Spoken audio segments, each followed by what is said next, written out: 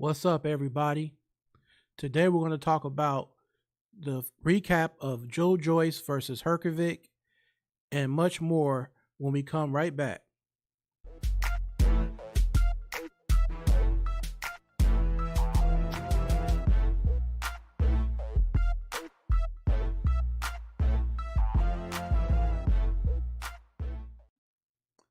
Welcome to another episode of Ring Walk Boxing Podcast. I am Bean, and today we're going to talk about sponsor of my brand, Ring Walk Boxing Podcast merch. We have the description area below the comments. We have a link tree. If you would be interested in our online store, we have a variety of different things from hats to hoodies, etc. Ring Walk Boxing Podcast, so make sure you tap in. Greetings to you, fam, down south. I appreciate you. Much love to you. Special shout outs to my guy, Cam J. Always being very supportive, always keeping me in the loop. And I just want to show that love back. So again, special shout out to Cam J Network. Make sure you check him out on YouTube, on FB, Cam J. And what's going on, Jeff Aladente? What's going on, man? Salute. I appreciate everybody in this chat online right now, rocking with Ring Walk Boxing Podcast. So make sure you hit the thumbs up and let's get going.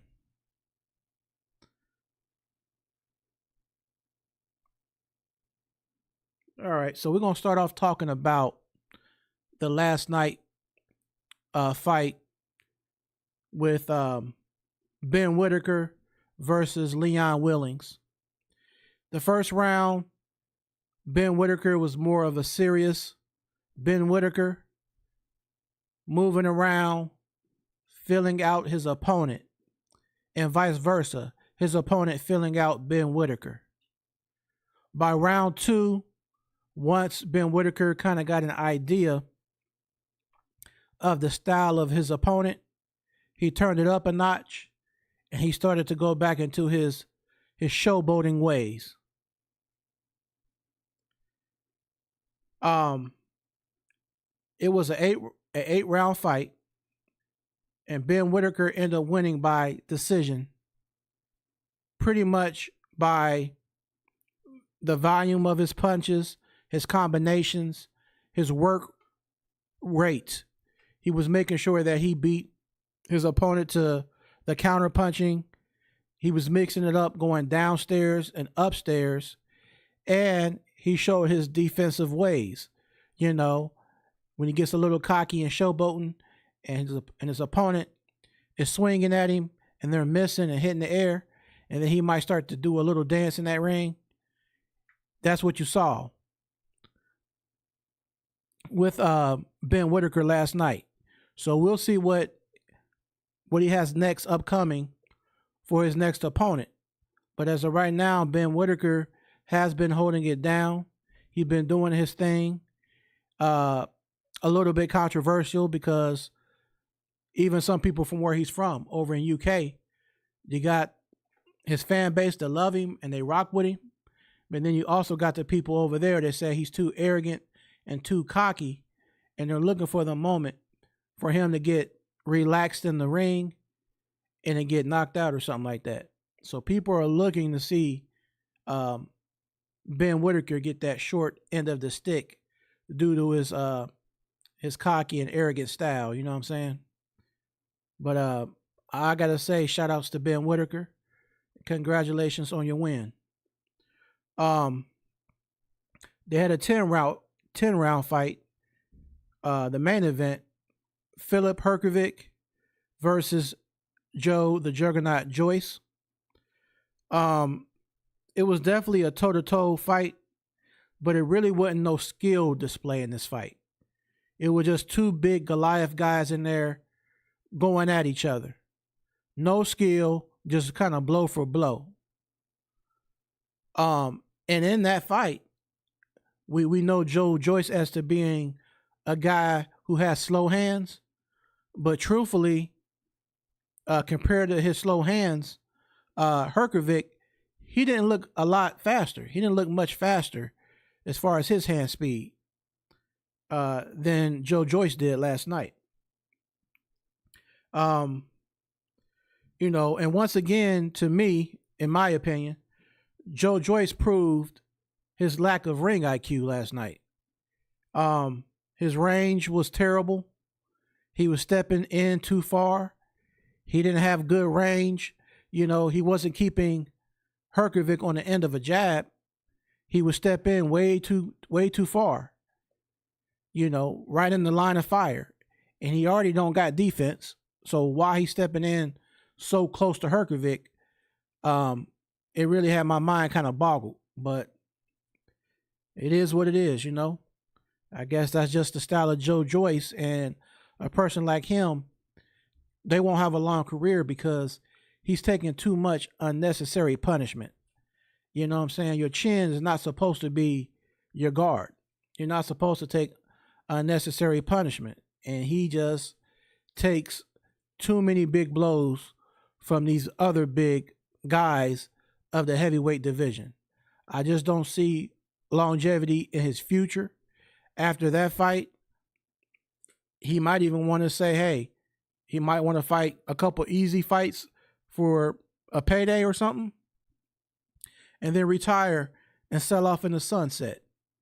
I don't want to see him step up to the Anthony Joshua or even Deontay Wilder, because Joe Joyce to me looks like in another 2 or 3 fights, I could really see him taking a lot of bad damage. And I don't want that for him. I want to see him still have his faculties and everything like that. So I think sometimes it's best to quit while you're ahead. So if you're watching this, Joe Joyce, salute to you, my brother. And hopefully you'll make that big decision on whether or not you're going to continue to box or just be associated with boxing. There's nothing wrong with being a commentator. There's nothing wrong with being a trainer. So there's still things you can do to make money and still be involved with boxing without actually being in that ring. And that might be what Joe Joyce needs. You know what I mean? So let me know what you think. Should Joe Joyce keep fighting, or should he consider retirement? Let me know down below in the chat.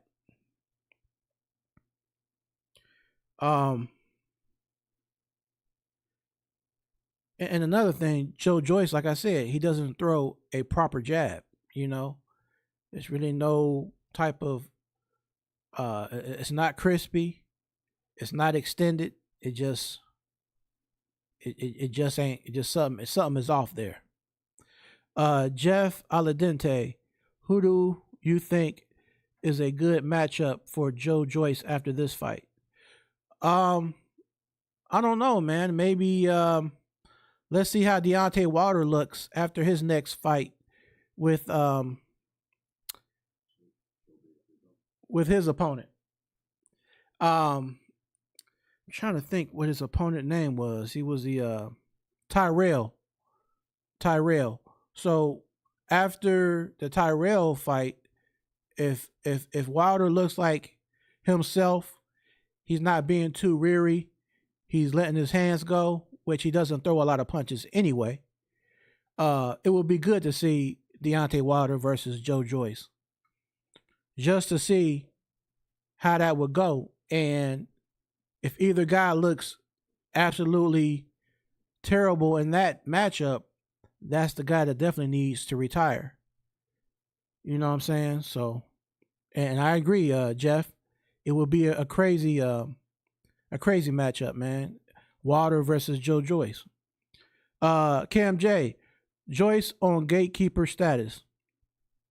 He got fight in him still. Frank Warren going to use him as a resume builder for his upcoming heavyweights. Okay, Cam J.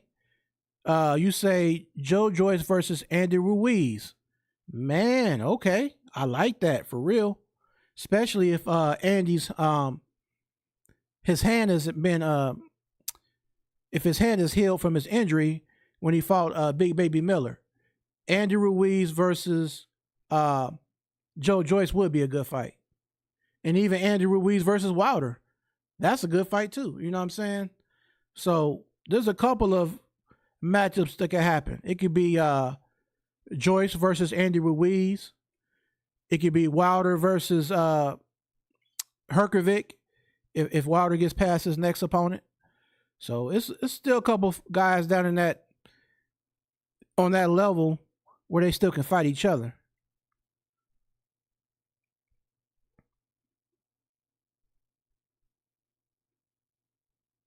Um,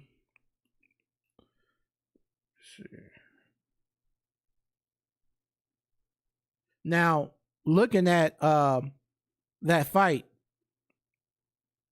Joe Joyce versus Herkovic, I don't think either guy is on the level of Anthony Joshua, Deontay Wilder, or Daniel Dubois. Even though Joe Joyce had beat Dubois a couple of years ago, I think that Dubois, the version of Dubois we see now, I think he will smash Joe Joyce. He probably would knock him out this time because Zhang already kind of I consider like Joe Joyce, he was always known for his chin, for his ability to take punches.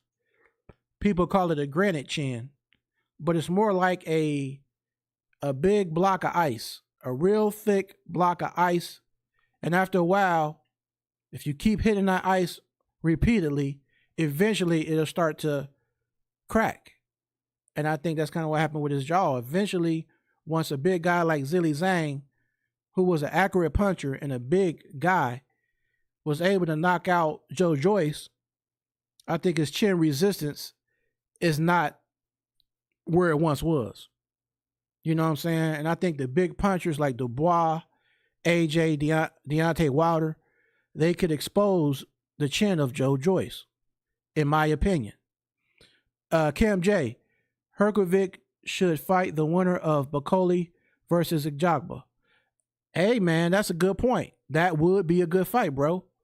That would be a good fight for Herkovic to fight the winner of Bakoli versus Ijagba. Yeah, I like that one. I like that one. Now, I think that I would still like to see it, but I don't even know if I feel that Herkovic would beat either guy. But I could be wrong, But we'll see what the future holds in that regard.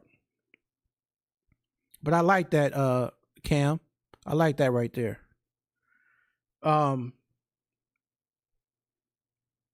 Another thing I noticed towards the 9th and 10th round with Herkovic and Joe Joyce, you got two big guys. Joe Joyce coming in at 275 pounds. To me, was way too heavy. Even though he's a big guy, I felt like that the weight he was carrying and then the weight that Herkovic was carrying, these two big guys going 10 full rounds, they started to gas out. They started to gas, and their conditioning didn't look like it was top peak. You know what I'm saying? So that's another thing with certain guys. I think that their engines, when they get in deep waters, they get in those championship rounds, they start to get really, really fatigued, and their body language shows that.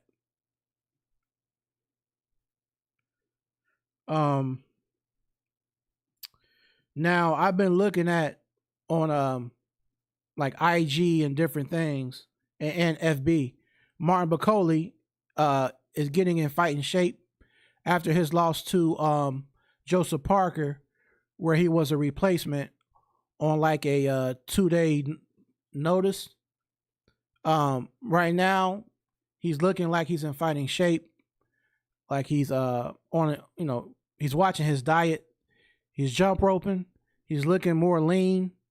I even seen Martin Bakoli on a video on Instagram rolling around in that ring. He was rolling from one end of the ring. He would get up on his feet and roll back. And he was doing that so he could take a punch when he fights Efe Ajagba for his equilibrium once he takes those punches to kind of help his his equilibrium not be so off of balance. So he was doing all these rolls in the ring, which I think that may be an effective tactic to help him against Efe Ajagba in May. Jeff Aladente said you could throw Vianello into the mix, who beat Efe and Magmadov. Oh yeah, and I'm gonna tell you another guy that's really gonna be dangerous.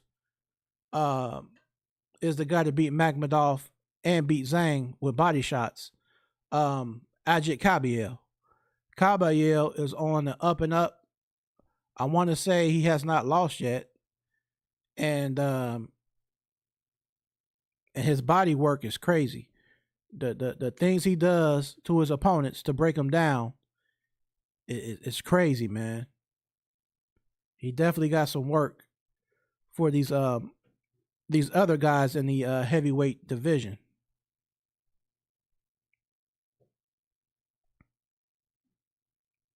Okay, and another 8-round match last night on Pro Box TV. We had Benjamin from Ohio and Gomez Jr.